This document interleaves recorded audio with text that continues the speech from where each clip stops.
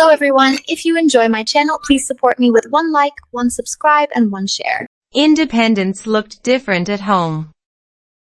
What if the thing you admire most about American life is the very thing quietly making your family feel farther apart?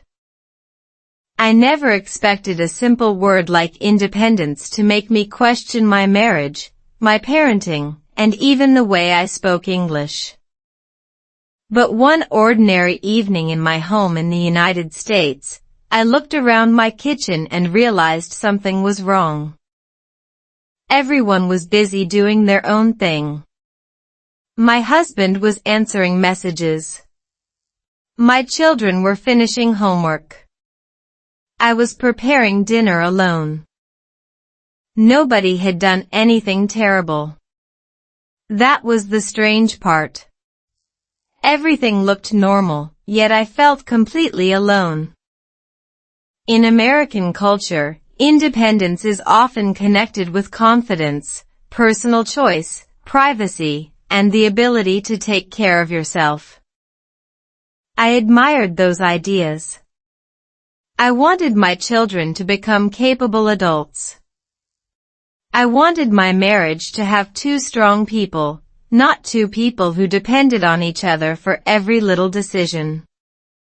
But somewhere along the way, I confused being independent with never needing help.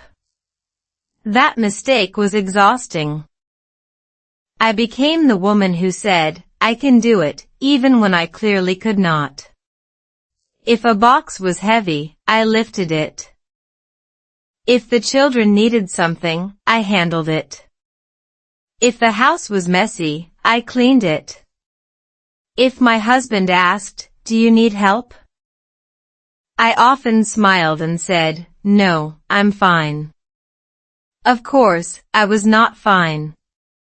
I was basically a walking emergency siren wearing a polite smile. The more I tried to prove that I could handle everything, the less connected I felt to the people I loved. Then something small happened that shocked me. My daughter asked, "Mom, why don't you ever ask Dad for help?"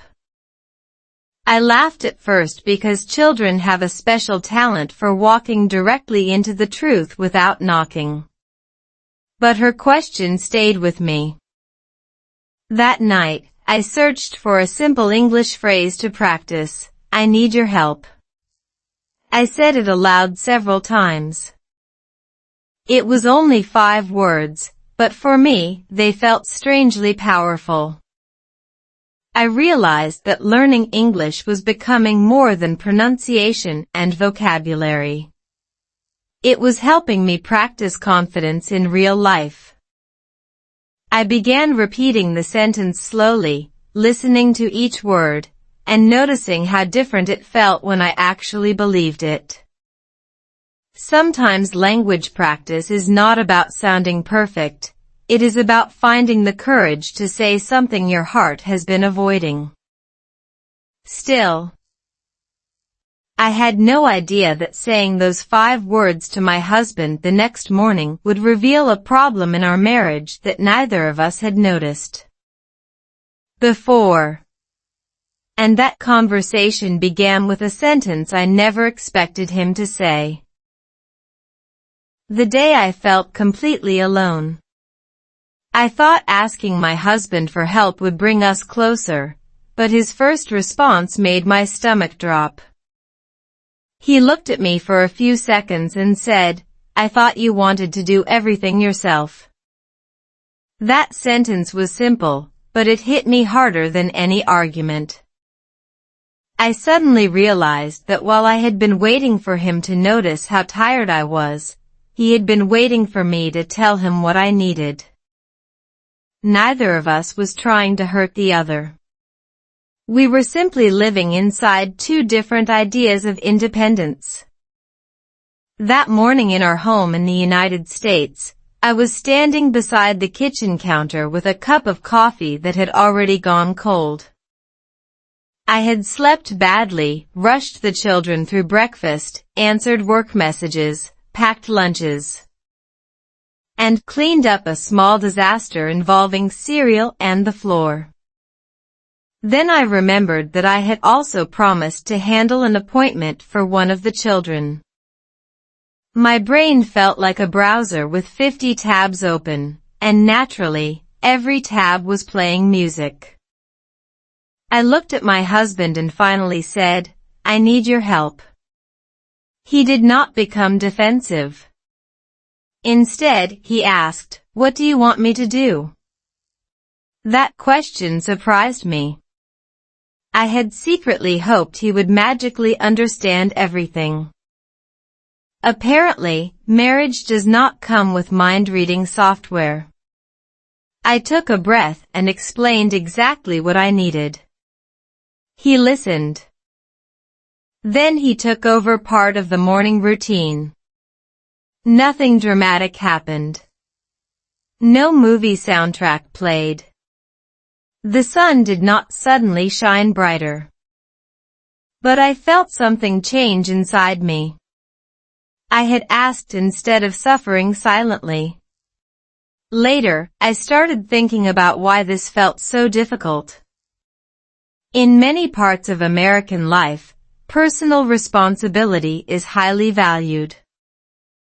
People are often encouraged to make their own choices, manage their own schedules, and become capable of handling problems. Those are valuable skills. But independence can become unhealthy when a person believes needing support is a personal failure. I had turned independence into a competition against my own exhaustion. Even my English practice reflected that habit. I often wanted to understand every sentence perfectly before speaking. If I made a mistake, I felt embarrassed. Then I tried a different approach. I practiced one simple sentence, "Could you help me with this?" Slowly. Clearly. Out loud. I repeated it until it sounded natural. That sentence became more than English practice. It became a small reminder that asking for help does not make me weak. It makes communication possible. My husband began helping more, but I also learned that I had a responsibility to communicate clearly instead of expecting him to guess. For the first time, I wondered whether our problem was not a lack of love at all. Maybe we had simply forgotten how to share the weight of everyday life. Then, that evening, my husband said something that made me realize our marriage had an even deeper problem. And this time, I was not ready to hear it. My husband said something I never expected. The sentence my husband said that night was only 7 words, but I replayed it in my head for days. "I don't know how to reach you anymore." I froze. I had expected him to complain about the chores, the children, or my constant stress. I had not expected him to say that he felt far away from me. Suddenly, the idea of independence looked completely different. I had spent so much time trying to become strong that I had accidentally built a wall around myself. We were sitting in our living room in our home in the United States. The television was off. The children were upstairs. For once, there was no noise to hide behind. My husband looked tired, but not angry. He told me he often wanted to help, but when he offered, I rejected him. When he tried to make decisions, I sometimes corrected him. When he asked what was wrong, I said, "Nothing." Then I wondered why he stopped asking. Hearing that was painful because I recognized myself in every word. I had been asking for independence while secretly wanting connection. I wanted him to notice my exhaustion without making me explain it. I wanted him to understand my feelings without asking questions. In other words, I wanted a husband, a therapist, and a mind reader in one person. That was not exactly a reasonable job description. I took a deep breath and told him something I had been afraid to admit. I don't want to do everything alone. The room became quiet. He reached for my hand and said, "Then let me be part of your life, not just someone living beside you." That sentence stayed with me. It also changed how I thought about American independence. Independence does not have to mean emotional distance. A person can have personal freedom and still build deep relationships. You can make your own decisions and still ask someone you love for support. You can teach your children to be responsible without teaching them that needing others is shameful.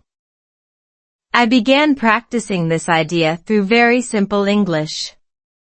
Every morning, I chose one sentence and repeated it slowly. I appreciate your help. I need some time. What do you think? Can we do this together? These sentences helped me notice something important. Communication is a skill, not a personality trait. You can practice it. You can improve it. And sometimes, a simple sentence can change the emotional temperature of an entire room. My husband and I decided to make one small rule. Neither of us would expect the other to guess what we needed. We would ask. We would answer honestly. We would listen before reacting. It sounded easy. It was not. Because the very next week, our children tested that new rule in a way we never saw coming. And suddenly, independence was no longer just a marriage issue. It became a lesson about how we were raising our kids. Why asking for help felt so hard? I thought teaching my children independence would make them confident, but one afternoon, my daughter looked at me and asked a question that completely stopped me. "Mom, if I can do everything alone, why do I need anyone?" I had no quick answer. She was not being rebellious. She was repeating something she had heard adults say many times. Be strong, be responsible, solve your own problems. Those ideas can be useful, but I suddenly wondered whether I had been teaching independence without teaching connection. In our home in the United States, my children had their own routines, responsibilities, and opinions. I loved watching them become capable. But I also noticed something uncomfortable. When they struggled, they sometimes became frustrated before asking for help. They would say, "I can do it," even when they were clearly overwhelmed. I recognized that behavior because it was mine. I had been modeling the same habit for years. So one evening, I decided to change the lesson. Instead of saying, "You should be able to do this yourself," I said, "Try it first, and if you need help, ask." My daughter looked surprised. Then she smiled and said, "Really?" I laughed. Apparently, permission to ask for help was more revolutionary than I expected. We began using a simple family phrase, "I can do it, but I don't have to do it alone." I liked the sentence so much that I used it for my English speaking practice. I repeated it slowly while making breakfast. I can do it, but I don't have to do it alone. The sentence was longer than my usual practice phrases, but it felt meaningful because it connected language with real life. I started noticing how many English expressions can teach emotional skills at the same time. Can you help me? Teaches communication. I need a break. Teaches self-awareness. What do you think? Teaches respect. Let's figure it out together. Teaches cooperation. My husband and I also changed how we responded to the children. We still expected responsibility, but we stopped treating mistakes like evidence of weakness. If homework was difficult, we encouraged them to try before helping. If they made a mistake, we talked about what they could learn. If they felt overwhelmed, we listened. Slowly, our home became less about proving who could handle the most and more about learning how to support one another. I began to understand that independence is not the opposite of connection. Healthy independence can actually make connection stronger because you choose to be together rather than desperately needing someone to complete you. That idea brought unexpected peace to my marriage too. Yet there was still one part of my own life where I had not learned this lesson. I was independent at home, independent at work, and independent with my children, but there was one fear I had been carrying completely alone. And when that fear finally came out, it changed everything. The fear I had never shared. I had taught my children to ask for help, encouraged my husband to speak honestly, and practiced saying simple English sentences about my feelings. But there was one thing I still refused to say out loud. I was afraid that if I stopped being strong, my family would see me differently. That fear followed me quietly through ordinary American life. I could smile at breakfast, drive the children to school, finish my responsibilities, and look completely fine. Inside, however, I was constantly calculating what might go wrong next. What if I made the wrong decision? What if my children needed more than I could give? What if my marriage became difficult again? What if I failed at something everyone expected me to handle? I had mistaken independence for emotional armor. The stronger I looked, the safer I felt. But armor has a strange problem. It protects you from pain while also making it difficult for anyone to get close. One Saturday morning, I was sitting in my car outside a grocery store when I suddenly started crying. Nothing dramatic had happened. I was simply exhausted. I remember looking at myself in the rearview mirror and thinking, why am I pretending I'm okay? Then I practiced a sentence I had recently learned. I'm having a hard day. It sounded almost too simple. But saying it aloud made something inside me loosen. I called my husband. When he answered, I did not give him a long explanation. I simply said, I'm having a hard day. Can you stay with me for a while? There was a short silence. Then he said, of course. No lecture. No judgment. No attempt to immediately fix everything. Just 2 words, of course. I sat there in the car and cried again, but this time the tears felt different. They were not the tears of someone losing control. They were the tears of someone finally allowing another person to share the weight. That moment taught me something important about independence. Being independent does not mean becoming emotionally untouchable. It means knowing who you are, making your own choices, and still being able to accept support without losing yourself. I also noticed how useful simple English could be when emotions were complicated. You do not need advanced vocabulary to express something real. I'm tired. I need support. I feel worried. Can we talk? These short sentences can carry enormous meaning. I began practicing them during my daily English routine, slowly and clearly, until they felt natural. My confidence grew because I was no longer studying English only as a subject. I was using it to communicate my actual life. That weekend, my husband and I talked for hours. We discussed our fears, our responsibilities, and the pressure we both felt to appear strong. Then he admitted something that surprised me. He had been hiding a fear too. And when I heard what he was afraid of, I realized our family problem was much bigger and much more hopeful than I had imagined.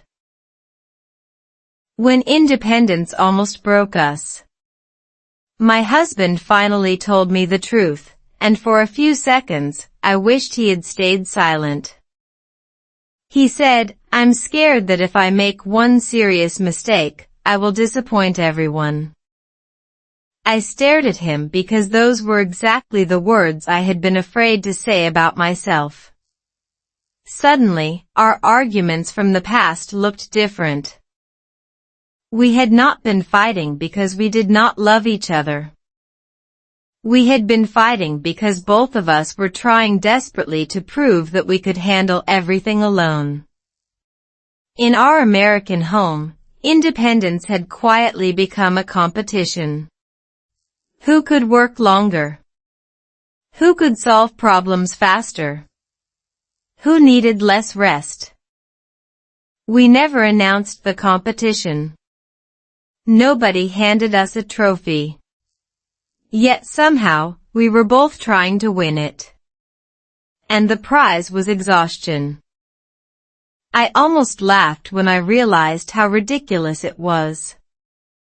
Two adults who loved each other were behaving like contestants on a reality show called Who Can Pretend They're Fine the Longest? But underneath the humor was something serious. Research on stress and social connection consistently shows that supportive relationships can help people cope with difficult situations. We do not become weaker because we receive support. In many cases, connection gives us more emotional room to handle challenges. I decided to test that idea in real life. Instead of silently solving every problem, I began telling my husband what I actually needed. Sometimes I said, "Can you listen?" Sometimes I said, "I need 10 minutes alone." And sometimes, surprisingly, I said, "I don't know what to do." That last sentence was the hardest. But it also became one of the most powerful sentences in my English practice. I don't know what to do. Simple words.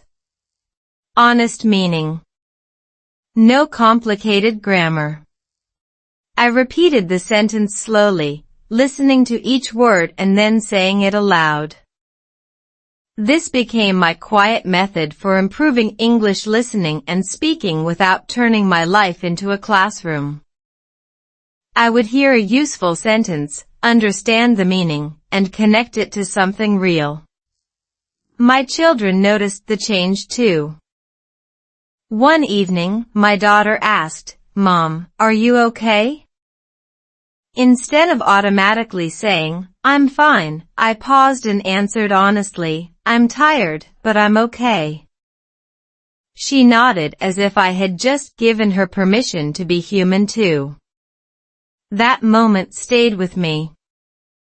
I realized children learn independence less from our speeches and more from watching how we treat ourselves.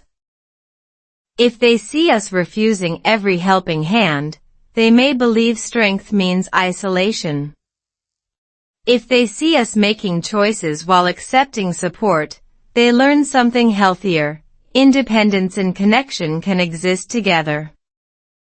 Our marriage slowly became calmer. We still disagreed. We still had stressful days. But we stopped turning every disagreement into a battle for control. Then, just when I thought we had finally found a peaceful rhythm, an unexpected decision involving our children forced me to choose between being the strong mother everyone expected and doing something that felt completely opposite. The choice that changed my family. The hardest test of independence did not happen at work, in traffic, or during one of those exhausting American days when everything seems to demand an answer immediately. It happened at my kitchen table, with my children sitting nearby and my husband looking at me in complete silence. I had always believed that a strong mother should protect her family by making the right decision quickly. That evening, I discovered something uncomfortable. Sometimes the strongest decision is the one you cannot make alone. My daughter had been struggling with something at school. It was not a dramatic crisis, but it mattered deeply to her. She felt embarrassed, confused, and afraid of making another mistake. My first instinct was to solve everything. I wanted to call the school, explain the situation, create a plan, and make the uncomfortable feeling disappear. That was my old definition of independence. See a problem, attack the problem, move on. But then my daughter looked at me and said, "Mom, can you just listen?" Those 6 words stopped me. I realized she was not asking for a solution. She was asking for connection. So I put my phone down. I listened. No lecture. No quick advice. No dramatic mother speech. Just listening.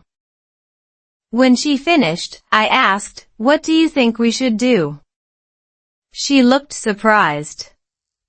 Then she began thinking for herself. Her answer was not perfect, but it was hers. That was the moment I understood why independence can matter so much in American culture, especially in everyday family life. Independence is often connected with personal responsibility, choice, confidence, and the freedom to make decisions. But independence without empathy can become loneliness. My daughter did not need me to control her problem. She needed enough support to face it herself. I began using this idea in my English practice too. Instead of memorizing long sentences, I practiced short phrases from real conversations. What do you think? How do you feel? Do you need help? I'm here for you. These sentences are simple, but they are powerful because they can be used immediately. I would listen slowly, repeat each sentence aloud, and then imagine using it with my family. English became less frightening when I connected it to emotions I already understood. Later that night, my husband told me he was proud of how I handled the situation. I smiled because months earlier, I would have called my reaction doing nothing. Now I understood that listening was an action. Trusting my child was an action. Giving her space was an action. Independence did not mean standing in front of everyone and saying, "I can do this alone." Sometimes it meant standing beside someone and saying, "I believe you can do this." That night brought an unexpected change to our home. My children began making more decisions for themselves, and instead of feeling less needed, I felt strangely more connected to them. But the next morning, I received a message that made my stomach drop. It was from someone outside our family, and it challenged everything I thought I had finally learned about independence. The message that shook my confidence. The message was only a few lines long, but I read it 3 times because I could not believe what I was seeing. It said, "You are doing too much for your children. They need to learn to handle things themselves." My first reaction was anger. My second was fear.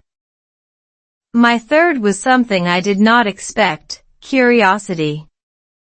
What if the person was partly right? I had spent so much time learning about independence that I suddenly wondered whether I had become too protective in the opposite direction. This is where parenting becomes strangely complicated. You can love someone deeply and still accidentally make life harder for them by solving every problem before they have a chance to face it. I showed my husband the message. He read it quietly and said, "Maybe this is a good question, not a good answer." I laughed because that sounded exactly like him. Instead of reacting immediately, we talked about what independence should actually look like in our family. We did not want our children to believe that asking for help was weakness. But we also did not want them to expect someone else to solve every uncomfortable situation. So we created a simple rule: try first, ask second, learn always. It sounded almost too simple, but it changed the atmosphere at home. When my son struggled with something, I did not rush toward him. I waited. When my daughter faced a difficult decision, I asked what she thought before giving my opinion. Sometimes they made mistakes. And yes, watching your child make a mistake is one of the hardest exercises in emotional self-control. My mother's heart wanted to jump in like a superhero wearing pajamas. But I learned to pause. That pause became important for my English practice too. I started using a slow speaking technique: listen, pause, repeat, and connect. I would hear a sentence such as, "Take your time, pause for a moment, and repeat it aloud." Then I would use it naturally with my children. Take your time. You don't have to decide right now. Suddenly, English was not just vocabulary. It became part of our family communication. The more I practiced simple sentences, the more confident I became speaking them in real situations. I also learned something surprising about independence in American life.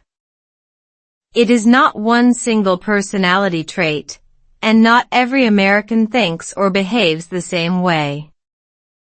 People value family, community, cooperation, and personal freedom in many different combinations. What mattered for me was finding a healthy balance instead of copying an image of what a strong person should be. A strong person can say no. A strong person can say yes. A strong person can make a decision. A strong person can also change her mind. Most importantly, a strong person can ask for help without feeling ashamed. That message eventually became one of the most useful lessons of my life. But just when I thought I had finally understood independence, my husband asked me a question at dinner that I absolutely did not want to answer. It was about our marriage, our future, and the one thing neither of us had been brave enough to admit. When independence changed our marriage.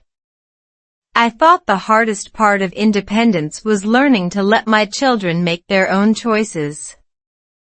I was wrong.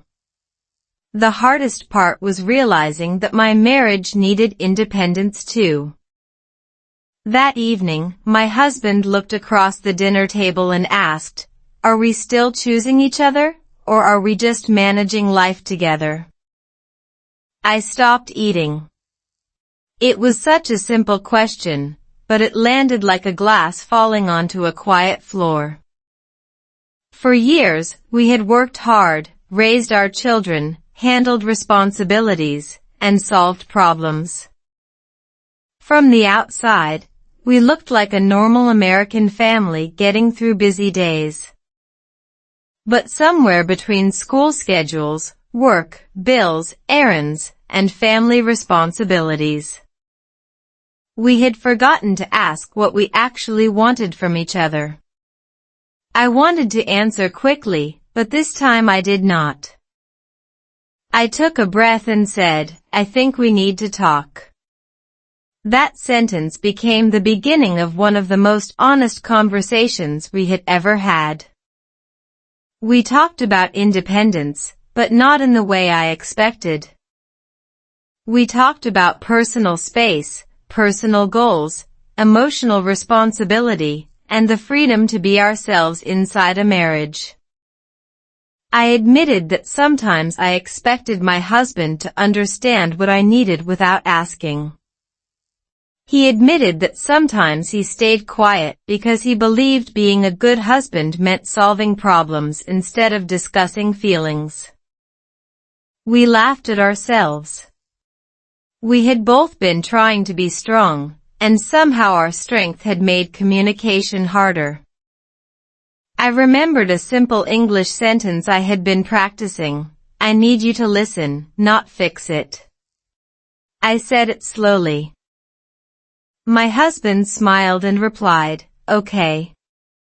I can do that." That tiny exchange changed the atmosphere. I realized that learning English through real-life stories can be powerful because simple language often makes complicated feelings easier to express.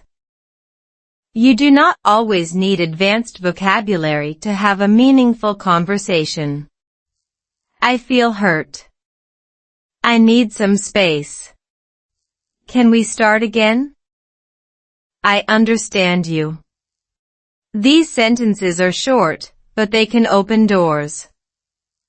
Over the next few weeks, we started giving each other more room to be individuals. I returned to small interests I had neglected. My husband made time for his own routines.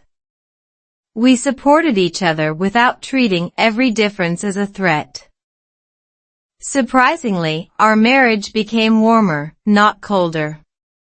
We discovered that healthy independence does not push people apart. It can create enough space for two people to grow and then come back together by choice. Even our children noticed. One evening, my daughter looked at us and said, "You two seem happier." I smiled because she was right. We were not perfect. We still disagreed. We still had stressful mornings and ridiculous arguments about tiny things. Because apparently marriage comes with a lifetime subscription to debates about where someone left the keys. But now we understood something important. Love is not ownership. Love is choosing, respecting, listening, and allowing another person to remain fully themselves. Then came the final test. A decision appeared that could change our family routine completely, and this time, I knew I could not hide behind the word independence. I had to decide what kind of woman, wife, and mother I truly wanted to be. What independence finally taught me. What if the woman I had spent years trying to become, the strong woman who could handle everything, protect everyone, and never need help, was actually the woman I needed to stop being? That question stayed with me when my family faced one final difficult decision. I could feel the old version of me returning, ready to take control, make the plan, solve every problem, and announce that everything would be fine. But I stopped. I looked at my husband. I looked at my children. Then I asked the question that changed the way our family made decisions. What do we all think? For once, I did not want to be the strongest voice in the room. I wanted to be part of the room. We talked honestly. We disagreed.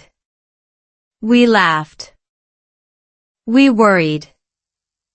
We considered practical responsibilities, our children's needs, our personal goals, and the kind of family life we wanted in America today. There was no magical answer. There was no perfect movie ending where everyone suddenly understood everything.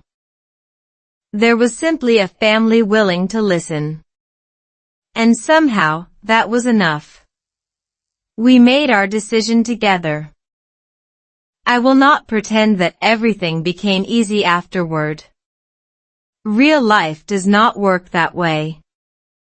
We still had busy mornings, unexpected expenses, stressful conversations, and days when my confidence disappeared before breakfast. But something inside me had changed permanently. I no longer believed independence meant doing everything alone. I understood it as having the courage to make choices while respecting other people's choices too. I could say no without guilt. I could ask for help without shame. I could support my children without controlling them. I could love my husband without losing my own identity.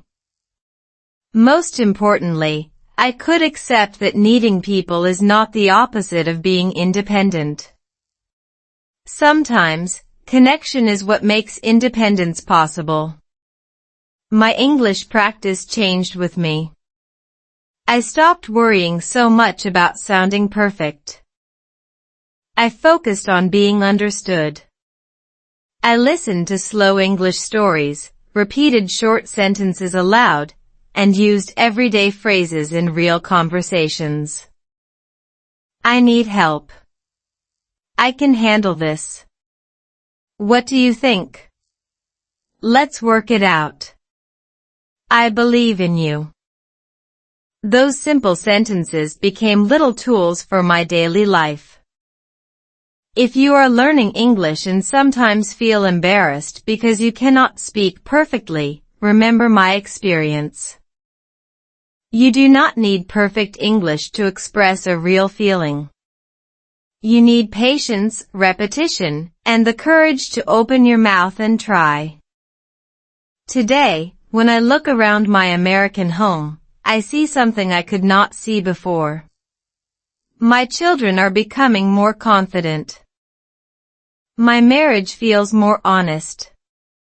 And I am still independent, but I am no longer alone inside my independence. I finally learned that strength is not a locked door. Strength is knowing when to open it. So if you remember only one sentence from my story, let it be this: I can stand on my own, and I can still stand with you. Maybe that is what independence really means. Not walking away from everyone, but becoming strong enough to choose connection without losing yourself. And perhaps the greatest freedom is not proving that you need nobody. It is knowing that you can choose who walks beside you. That is the lesson I will carry with me, and the lesson I hope my children carry into their own lives.